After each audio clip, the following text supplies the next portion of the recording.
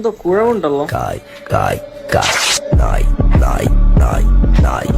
Bro ഒരു girl വരുന്നു. ഒരു ഡേറ്റിന് പോയാലോ? ഇല്ല. ഈ ചാക്ക് വിട്ടോണ്ടാ ലിവിംഗ് ടുഗദർ താല്പര്യമുണ്ട്. പോണമേലെ കരിപിടിച്ച തത്തമ്മ ഞാനിരുന്ന് കായുമ്മ. ഫാഷൻ സെൻസ് ഇല്ലാത്ത പിള്ളേടെ കാര്യം.